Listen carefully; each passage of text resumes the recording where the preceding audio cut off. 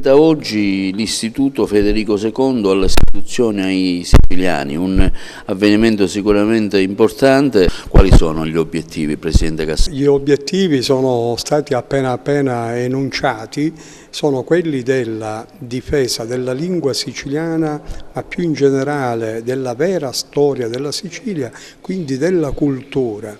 Noi ci prefiggiamo di realizzare, attraverso l'ausilio, il sostegno di studiosi e di esperti delle varie materie, un insieme che possa contribuire a dare crescita e sviluppo al territorio. Cioè noi riteniamo che una nuova coscienza possibile attraverso appunto la consapevolezza di ciò che siamo stati, ma soprattutto di ciò che ancora possiamo essere, possa dare frutti copiosi ai figli di questa terra.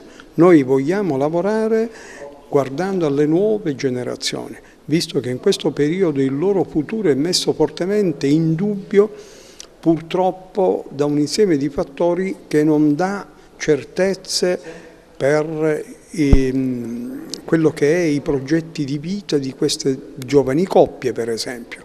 Quindi l'Istituto di Cultura si prefigge attraverso, per esempio, come dire, la richiesta dell'attuazione della legge 9 2011 con i decreti attuativi appositi, di dare la possibilità dell'insegnamento nelle scuole sia della lingua siciliana ma anche della vera storia.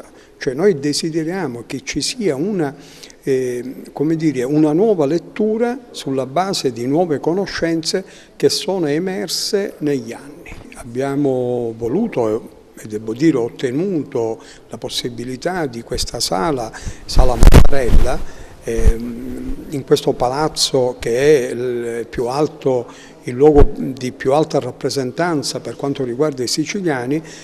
Dicevo, abbiamo voluto questa opportunità in questo luogo perché qui in questa sede avevamo invitato rappresentanti delle istituzioni che per motivi diversi non sono qui con noi, ma avevamo chiesto questa possibilità di questo incontro qui per rivolgere direttamente queste richieste a questi nostri rappresentanti, ma continueremo a farlo. Noi di fatto già oggi pratichiamo questa possibilità di andare nelle scuole e quindi parlare con i siciliani di domani di lingua siciliana, di storia della Sicilia.